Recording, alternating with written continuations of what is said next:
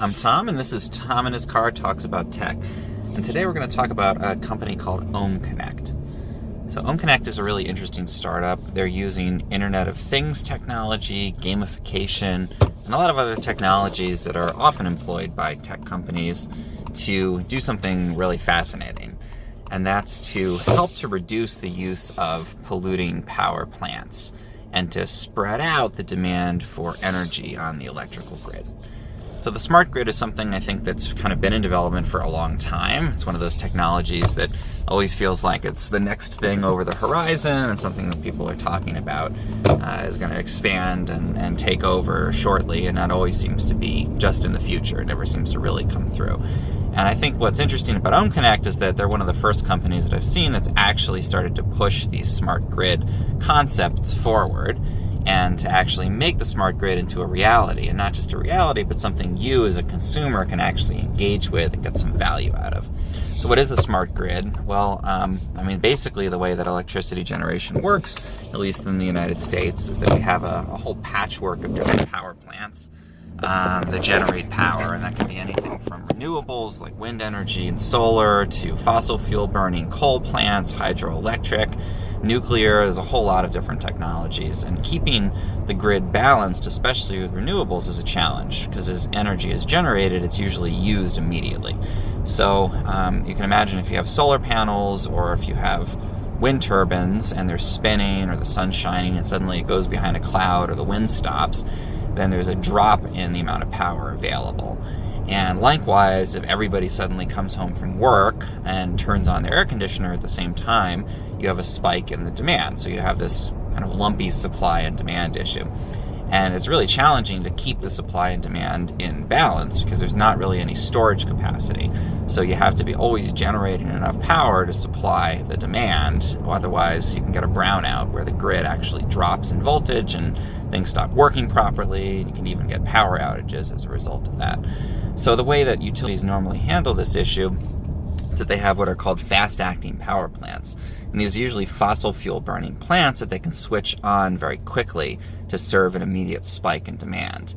And that works, but the issue is that they are very polluting because they are fossil fuel plants, and they also, because they're smaller, are not very efficient. So it's expensive, and it's polluting, it's contributing to climate change, and it's just not a great solution to the issue of supply and demand. This is only going to become more of a problem as there's more renewables, because it's a good thing to have more renewables, but it also means less consistent power than you might get from, say, a nuclear power plant or a coal-burning plant that's going to produce a consistent amount of power all the time, even if it's a dirtier kind of power overall. So Ohmconnect is really interesting because it's a company that has come up with a new solution, I think, to managing this problem. And that solution is to, instead of generating more power during times of peak demand, actually reduce that demand dynamically. And the way that they do this is they work with a community of users who subscribe to their service. And during particular times when there's expected to be a spike in demand, as a user of Ohmconnect, you get a text or another message telling you there's an Ohm hour, they call them, coming up. We expect there to be high demand for electricity. Scale back your usage of power during that time, and we'll actually give you a bonus. We'll give you cash if you do that. And the idea, they have about 150,000 users, is that if everybody scales back when they tell you to, they can actually reduce the demand on the grid during these peak times, and they don't have to switch on these polluting, expensive power plants. And everybody wins. The users get some money, the overall demand is reduced, the power utilities don't have to switch on these plants. It's good for the environment. Ohmconnect obviously collects a cut from this, so it's a good business model for them. It's just a really compelling way to kind of tie all this stuff together, promote sustainability while also providing a value to users and a value to utilities and the environment. And, as a user, basically, you can earn, in my case, I've found you can earn $20, $30 for each of these Ohm hours when you're reducing your power consumption. So it kind of sounds like a scam. They have a tiered referral service, and that makes it seem even more scammy, but in my experience with it, it actually does work. I've actually received payouts from the service, and the thing that really ties it together, again, is the smart grid. So the way they're able to do this is that if you're a customer of one of the utilities they work with, which is PGE, and a couple of others in California. I think there's one in Ontario and one in Texas. You probably already have a smart meter installed in your house. And these smart meters are able to actually monitor your power consumption and quantify it in real time. And usually the next day, they upload that power remotely. I'm recording this and providing it to you through a service called Anchor. And this is something that I actually learned about from a friend who has a new and much more polished podcast than this one. And it's a really great way to publish podcasts. It kind of feels like Medium or something like that, but for podcasting. It's a great way to get into this format. It's free. There's tools you can use on your phone where you can edit and put your podcast together. And they'll go ahead and distribute it to you to things like Spotify and really anywhere people listen to podcasts. Apple Podcasts, that kind of thing. So you don't have to do the work of putting it out there. And then you can actually monetize it, again, kind of in a similar way to how you might monetize blog posts with ads. And they put in sponsored messages. And you can actually, they'll find sponsors for you, so you can do that pretty readily. And sort of a one-stop shop of a place to go and make a podcast. So that's why I'm using that service here and experimenting with it. And if you want to try it out, download the free Anchor app or go to anchor.fm. Power usage data remotely to a utility, and the utility can actually see exactly how much power you consumed. And with Ohmconnect, you share that data with the service, and that way they're able to see during each hour of the day exactly how much power you use, and that's the smart grid at work there. And so, when you actually reduce your power consumption during one of these ohm hours, you are actually able to monitor that via your utility. They're able to see that you reduced your consumption, and they're able to give you rewards based on exactly how much power you saved during that time. So it's kind of a neat use of the smart grid. It's one, again, that serves consumer interests, serves the companies, serves the utilities, serves the environment.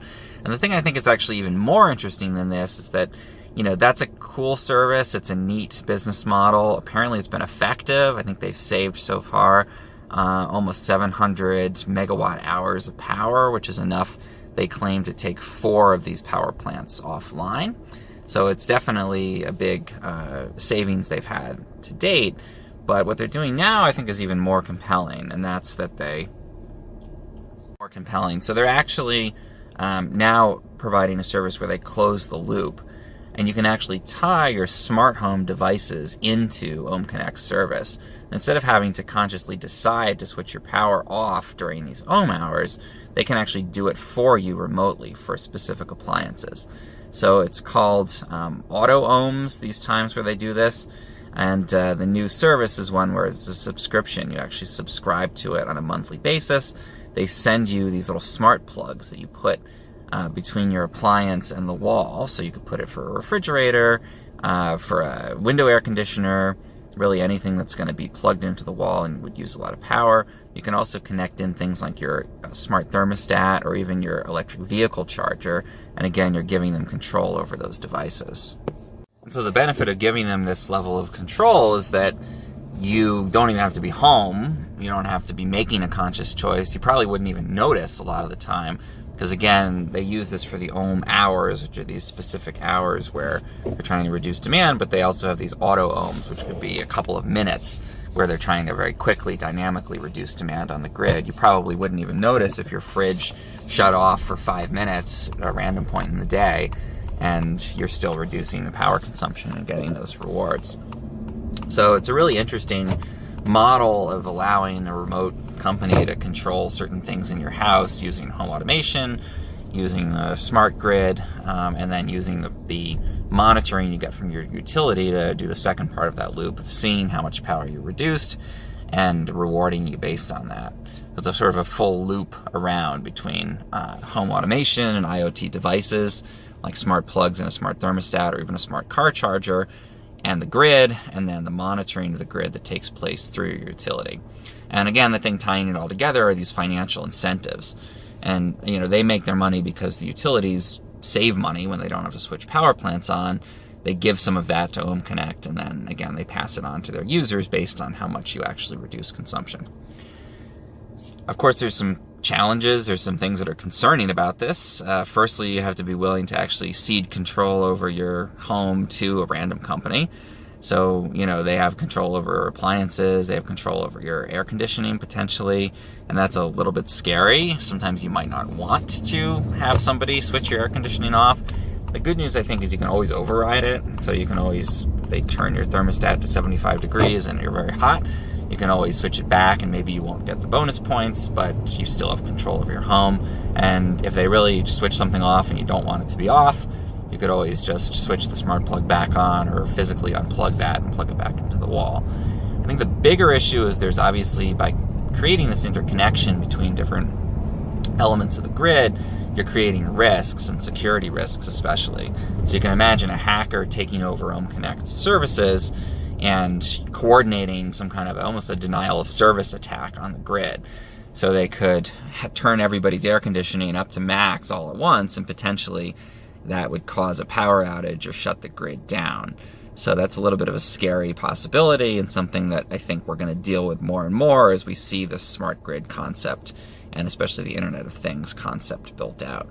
So I think they're doing a good enough job of trying to prevent that. There's two-factor authentication on their accounts, and I'm sure they're taking a lot of safeguards internally. But as soon as you move from control over data to control over the physical world, things can get a lot scarier a lot faster. And there's also concerns, obviously you don't want people plugging their smart plugs into some kind of an essential life-saving device or something. Hopefully people would have the intelligence not to do that, but you never know what they're going to plug these things into.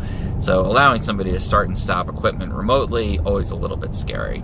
But done appropriately, I think it's a really compelling model, because it cuts the element of user behavior out.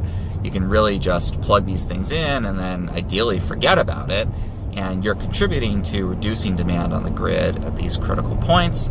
You're earning a little bit of money, and there's all these multipliers and things you can do with Ohmconnect, where you can actually get extra money for certain hours. You can get these mega ohm hours where they have a really reduced demand and they're very incentivized to do it, almost like surge pricing in Uber.